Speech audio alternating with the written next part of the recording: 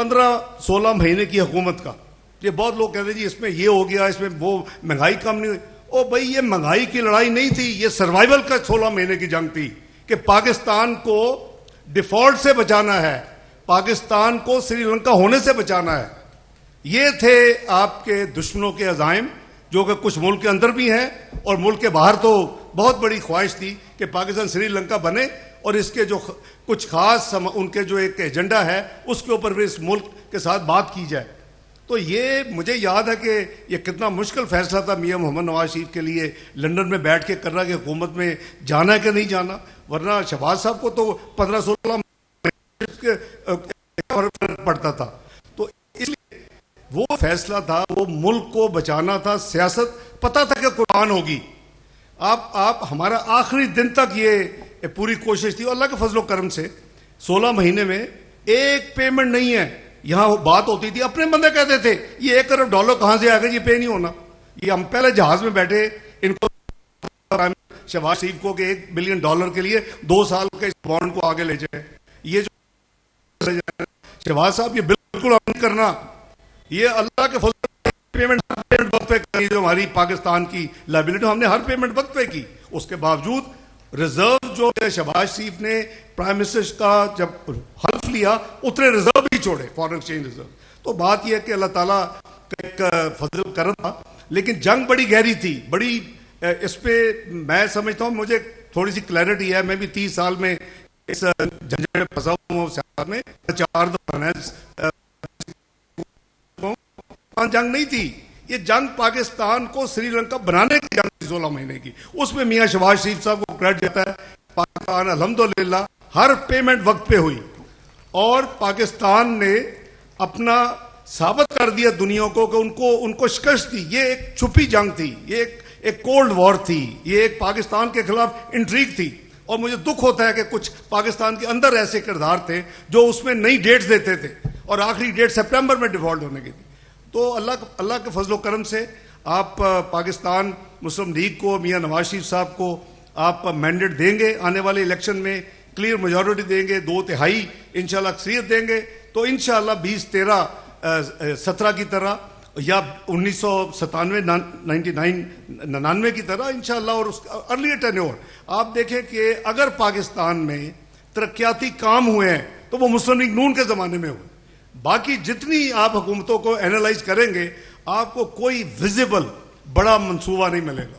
تو یہ ایک بہت بڑی ایک آپ کے پاس ماضی کی ایک تاریخ رقم مسلم لیگ نون نے کی ہے, اور اس میں میاں شہباز شریف صاحب نے پنجاب میں ایز چیف منسٹر اور اس ٹینیور میں ایز پرائم منسٹر اپنی بھرپور دن رات محنت کر کے جو پاکستان کی خدمت کی ہے. میں ایم شور کہ انشاءاللہ اللہ تعالیٰ ان کو اس کا بہت بڑا اجر دیں گے, اس دنیا میں بھی اور آخرت میں بھی. بہت شکریہ.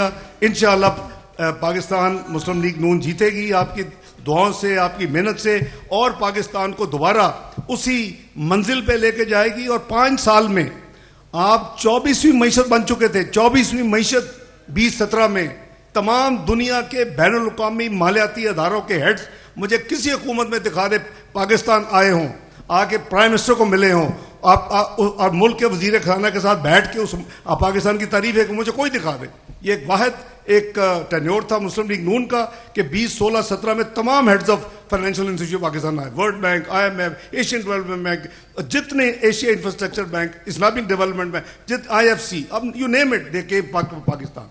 آپ پرائم منسٹر کے بعد یا سرینا میں یا میریٹ اسلام آباد میں بیٹھ کے پاکستان کے فیوچر کی تعریفیں کرتے تھے. اور یہ پرائس واٹر ہاؤس نے کہا تھا یہ ملک جس طرح یہ ٹیک آف کیا ہے, یہ دنیا کے جو ایک پریمیئر کلب ہے جس کو G20 کہتے ہیں, معاشی کلب, یہ اس میں داخل ہوگا 2030 تک.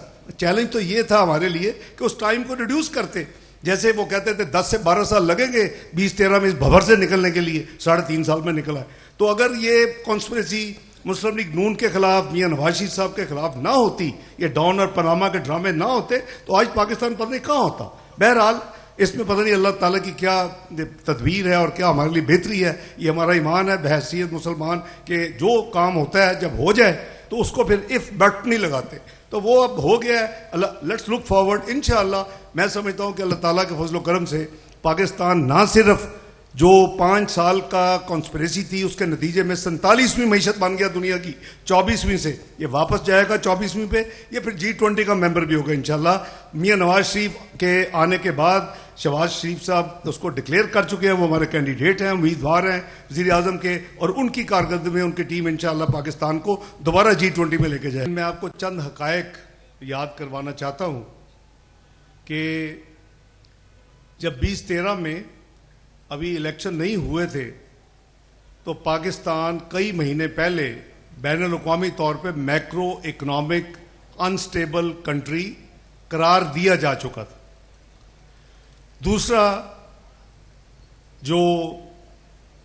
دوسرا فیکٹ تھا وہ یہ تھا کہ 6 سے 7 مہینے کی پریڈکشن دی گئی تھی الیکشن کے بعد کہ جو بھی پولیٹیکل پارٹی جیت کے آئے گی اس کو ڈیفالٹ ڈکلیئر کرنا پڑے گا.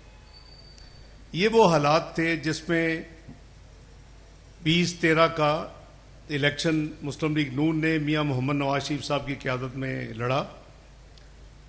اس جگہ پہ بھی دوسرے PMLN کی بلڈنگ میں بھی بہت زیادہ میٹنگز آپ ساتھیوں کے ساتھ بھی ہوئیں. تو 3 ہمارے حل تھے کہ اگر مسلم لیگ نون کو اللہ تعالیٰ کے فضل و کرم سے قوم اور آپ منتخب کریں گے تو کیا آپ کے ساتھ وعدہ کیا تھا پارٹی نے اور میاں محمد نواز شریف نے. نمبر 1 کہ معیشت کو بحال کریں گے اور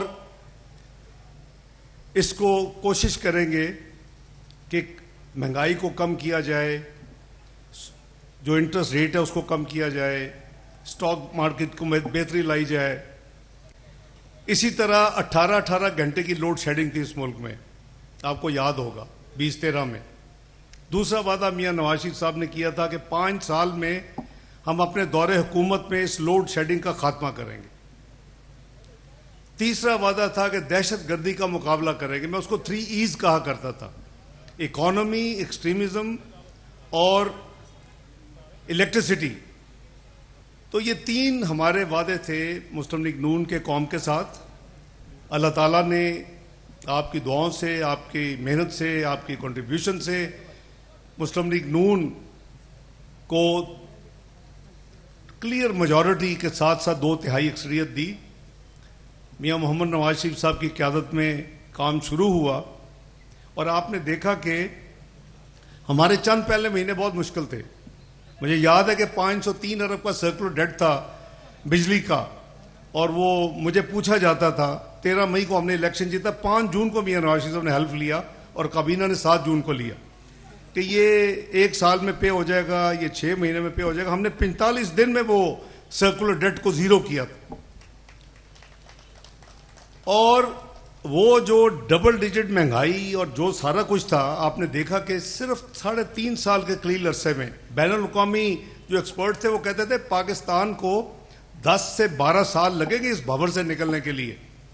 لیکن الحمدللہ اللہ تعالیٰ کے فضل و کرم سے اور قوم کی دعاؤں سے 3.5 سال کے قلیل عرصہ میں آپ کہاں پہنچ گئے؟ 46 سال کی کم ترین مہنگائی 3.6%, کھانے پینے کی اشیاء کی مہنگائی 2%. پاکستان کی سٹاک مارکیٹ 54,000 انڈیکس پہ چلی, 19,000 انڈیکس پہ تھی جس دن الیکشن جیتا تھا, اور جس دن میاں نواز شریف نے حلف لیا 21,000 انڈیکس پہ تھی. اس کی مارکیٹ کیپٹلائزیشن جو ویلیو تھی شیئرز کی وہ $100 بلین سے کراس کر گئی. آج اس کی ویلیو $26 ارب ہے صرف. اور 6% جیسے میر صاحب نے کو بڑے ماشاءاللہ یاد ہے نمبرز, 6.3% پہ آپ کی GDP گروتھ چلی گئی.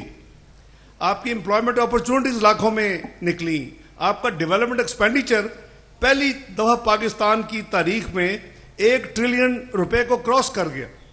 ابھی دوسری دفعہ ابھی میاں شہباز شریف صاحب کے اپنا وزیر عظمیٰ کے دور میں ابھی جو بجٹ دیا آخری ہم نے, یہ دوبارہ ہم نے 1 ٹریلین کو کراس کیا. 1.15 ٹریلین یعنی آپ کہہ لیں کہ 115 کھرب کا بجٹ دیا ڈیولپمنٹ کو. اسی سے ملک میں ترقی ہوتی ہے, اسی سے روزگار کے مواقع ہوتے ہیں. انٹرسٹ ریٹ دہائیوں میں کم ترین تھا,